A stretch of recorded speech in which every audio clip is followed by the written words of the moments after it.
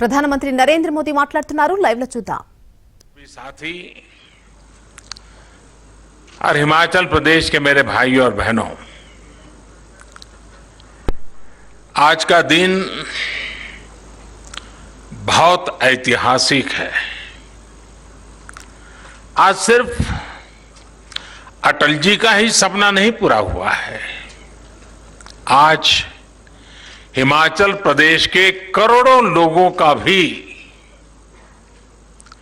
दशकों पुराना इंतजार खत्म हुआ है। मेरा बहुत बड़ा सौभाग्य है कि आज मुझे अटल टनल के लोकार्पण का अवसर मिला है। और जैसा अभी राजनाथ जी ने बताया, मैं यहां संगठन का काम देखता था। यहां के पहाड़ों, यहां की वादियों में अपना बहुत ही उत्तम समय बिताता था। और जब अटल जी मनाली में आके रहते थे तो अक्सर उनके पास बैठना, गपशप करना, और मैं और धूमल जी एक दिन चाय पीते पीते इस विषय को बड़े आग्रह से उनके सामने रख रहे थे। और जैसा अटल जी का विशेषता थी, वो बड़ी आंखें खोल करके हमें गहराई से पढ़ रहे थे कि हम क्या कह रहे हैं। फिर मुंडी हिला देते थे, हाँ भाई। लेकिन आखिरकार जिस बात को लेकर मैं और धूमल जी उनसे लगे रहते थे, वो सुझाव अटल जी का सपना बन गया, संकल्प बन गया, और आज हम उसे एक सिद्धि के रूप में अपनी आंखों के सामने देख रहे हैं। इससे जीवन का कितना बड़ा संतोष हो सकता है, आप कल्पना कर सकते हैं। अब से पहले, कुछ मिनट पहले, हम सब ने एक मूवी भी देखी और मैंने वहां एक पिक्चर गैलरी भी देखी, the making of Atal tunnel. अक्सर लोकार्पण की चकाचौंध में वो लोग कहीं पीछे रह जाते हैं जिनके परिश्रम से ये सब संभव हुआ है। अभेद्य पीर पंजाल का उसको भेद कर एक बहुत कठिन संकल्प को आज पूरा किया गया है। इस महायज्ञ में अपना पसीना बहाने वाले, अपनी जान जोखिम में डालने वाले मेहनतकश जवानों को, इंजीनियरों को, सभी मजदूर भाई बहनों को आज मैं आदर पूर्वक नमन करता हूं।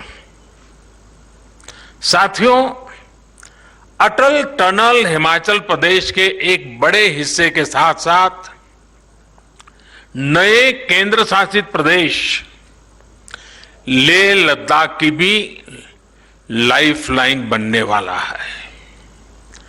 अब सही मायनों में हिमाचल प्रदेश का ये बड़ा क्षेत्र और लेह लद्दाख देश के बाकी हिस्सों से हमेशा जुड़े रहेंगे। प्रगति पथ पर तेजी से आगे बढ़ेंगे। इस टनल से मनाली और केलोंग के बीच इसकी दूरी 3-4 घंटे कम हो ही जाएगी। पहाड़ के मेरे भाई बहन समझ सकते हैं कि पहाड़ पर 3-4 घंटे की दूरी कम होने का मतलब क्या होता है। साथियों, लेह लद्दाख के किसानों, बागवानों, युवाओं के लिए भी अब देश की राजधानी दिल्ली और दूसरे बाजार तक उनकी पहुंच आसान हो जाएगी, उनका जोखिम भी कम हो जाएगा। यही नहीं, ये टनल देवधारा हिमाचल और बुद्ध परंपरा के उस जुड़ाव को भी सशक्त करने वाली है जो भारत से निकलकर आज पूरी दुनिया को नई राह, नई रोशनी दिखा रही है। इसके लिए हिमाचल और लेह लद्दाख के सभी साथियों को बहुत बहुत बधाई। साथियों, अटल टनल भारत के बॉर्डर इंफ्रास्ट्रक्चर को भी नई ताकत देने वाली है। ये विश्व स्तरीय बॉर्डर कनेक्टिविटी का जीता जागता प्रमाण है। हिमालय का ये हिस्सा हो, पश्चिम भारत में रेगिस्तान का विस्तार हो, या फिर दक्षिण और पूर्वी भारत का तटीय इलाका, ये देश की सुरक्षा और समृद्धि दोनों के बहुत बड़े संसाधन है। हमेशा से इन क्षेत्रों के संतुलित और संपूर्ण विकास को लेकर यहां के इंफ्रास्ट्रक्चर को बेहतर बनाने की मांग उठती रही है, लेकिन लंबे समय तक हमारे यहां बॉर्डर से जुड़े इंफ्रास्ट्रक्चर के प्रोजेक्ट या तो प्लानिंग के स्टेज से बाहर ही नहीं निकल पाए, या जो निकले वो अटक गए, लटक गए, भटक गए। अटल टनल के साथ भी कभी कभी तो कुछ ऐसा महसूस भी हुआ है। साल 2002 में अटल जी ने इस टनल के लिए अप्रोच रोड का शिलान्यास किया था। अटल जी की सरकार जाने के बाद जैसे इस काम को भी भुला दिया गया। हालत ये थी कि साल 2013-14 तक टनल के लिए सिर्फ 1300 मीटर यानी 1.5 किलोमीटर से भी कम काम हो पाया था। एक्सपर्ट बताते हैं कि जिस रफ्तार से अटल टनल का काम उस समय हो रहा था, अगर उसी रफ्तार से काम चला होता तो ये सुरंग साल 2040 में जाकर के शायद पूरी होती। आप कल्पना करिए, आपकी आज जो उम्र है उसमें 20 वर्ष और जोड़ लीजिए, तब जाकर लोगों के जीवन में ये दिवस आता, उनका सपना पूरा होता। जब विकास के पथ पर तेजी से आगे बढ़ना हो, जब देश के लोगों के विकास की प्रबल इच्छा हो, तो रफ्तार बढ़ानी ही पड़ती है। अटल टनल के काम में भी 2014 के बाद अभूतपूर्व तेजी लाई गई। बीआरओ के सामने आने वाली हर अड़चन को हल किया गया।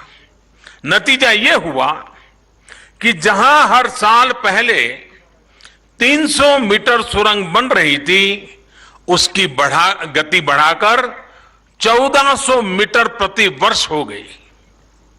सिर्फ 6 साल में हमने 26 साल का काम पूरा कर लिया।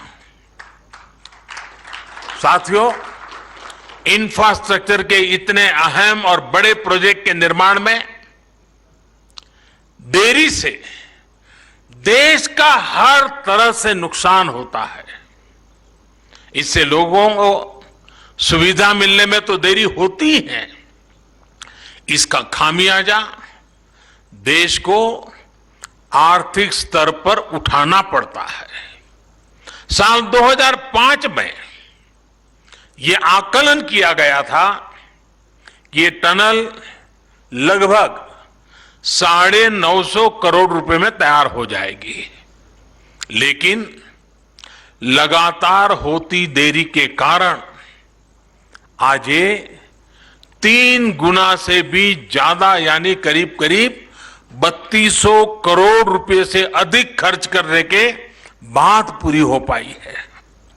कल्पना कीजिए कि अगर 20 साल और लग जाते